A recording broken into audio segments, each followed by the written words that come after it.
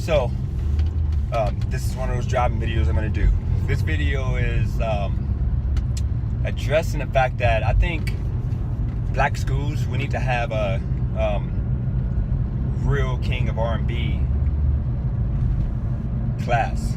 I think that us as black people, like our black schools in America, we have nothing positive, you know? I mean, the kids, they react and they go off based off of things that interest them.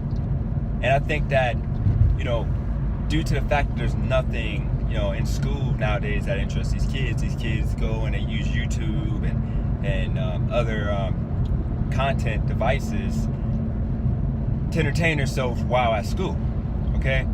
And I think that we need to start adding, you know, new curriculums that will allow kids to just dive in to something great. And I think that I just saw on Twitter, Aretha Franklin, her tribute concert is going to be produced by Tyler Perry. I think that's cool. But that made me go and actually go on YouTube on a little tangent and actually realized I knew R. Kelly was great, okay?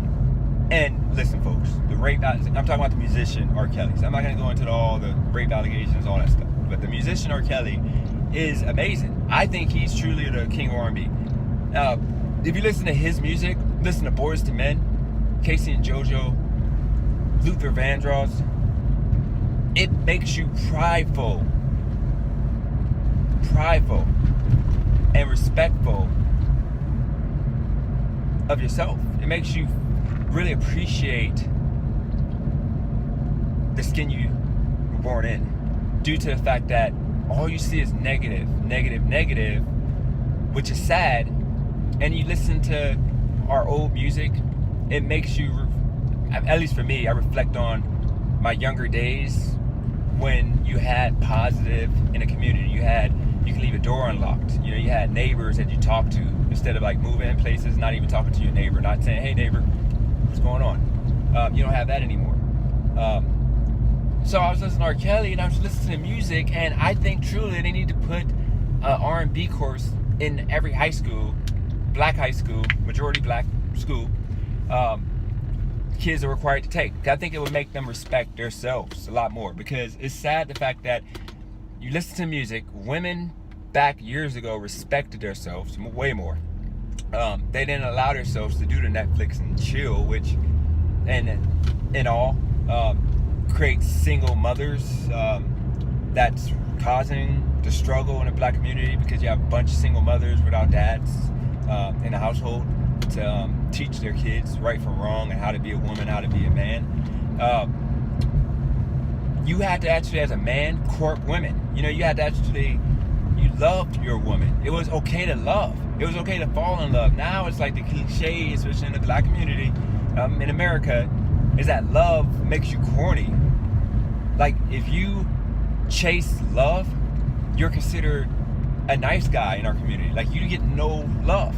But if you're the guy that just runs around, sleeps around, popular guy, you get everybody. And I get it. It's always been like that, but it was still different. Back in the day, you had more couples. You had more black love. Now, like, if you listen to the radio, there's rarely any black love songs. It's all about, like, having sex, hooking up, who can get the most chicks. You even have drugs, generally speaking, being into R&B. You know, and it's sad that we completely lost touch of reality, that we allowed our music to just deteriorate. And if you look at every other ethnicity in America, every other, you know, group of walk of people, you know, you have pop music and rock, which is geared towards mainly white. But rock music isn't really popularized anymore because of the fact that white people, generally speaking, progressed. So you don't have white bands that's on a mainstream, put on a mainstream pedestal, that's pop, you know, that's popular, talking about degrading women, just having sex, just doing drugs. You know, you don't have that.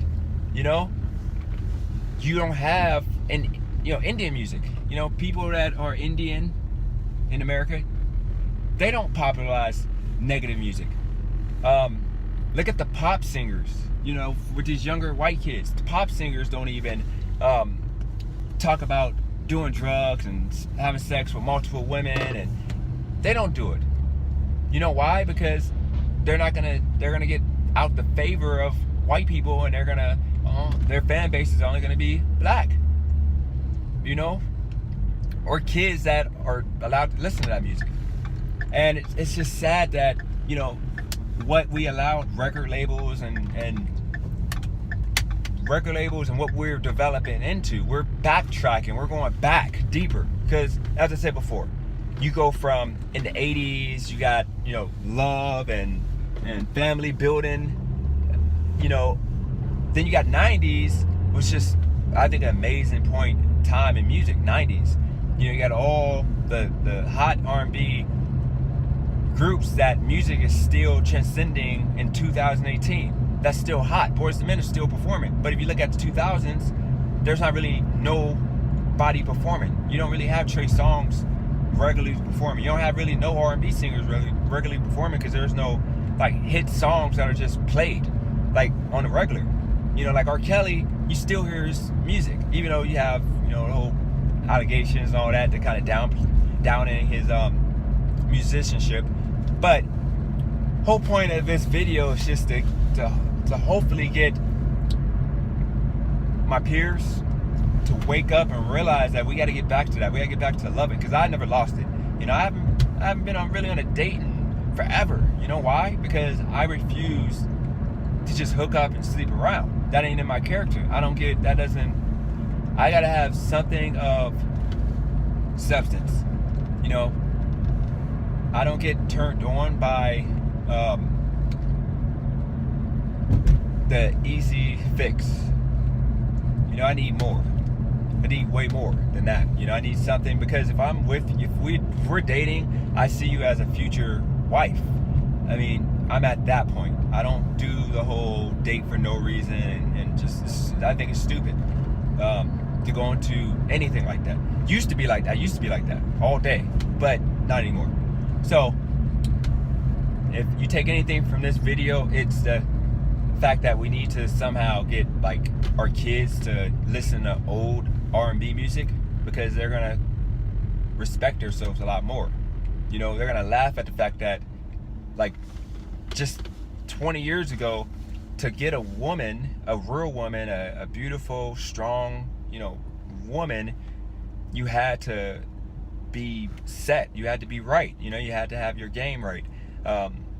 You couldn't just floss money and offer drugs to sleep with somebody. You know, you Netflix and chill was not even a thing. You know, you went to a dinner, then movies maybe, or you went dinner, you went to see a show, or you went to you know, you went to a concert, you took a day trip. There's so much more to do than just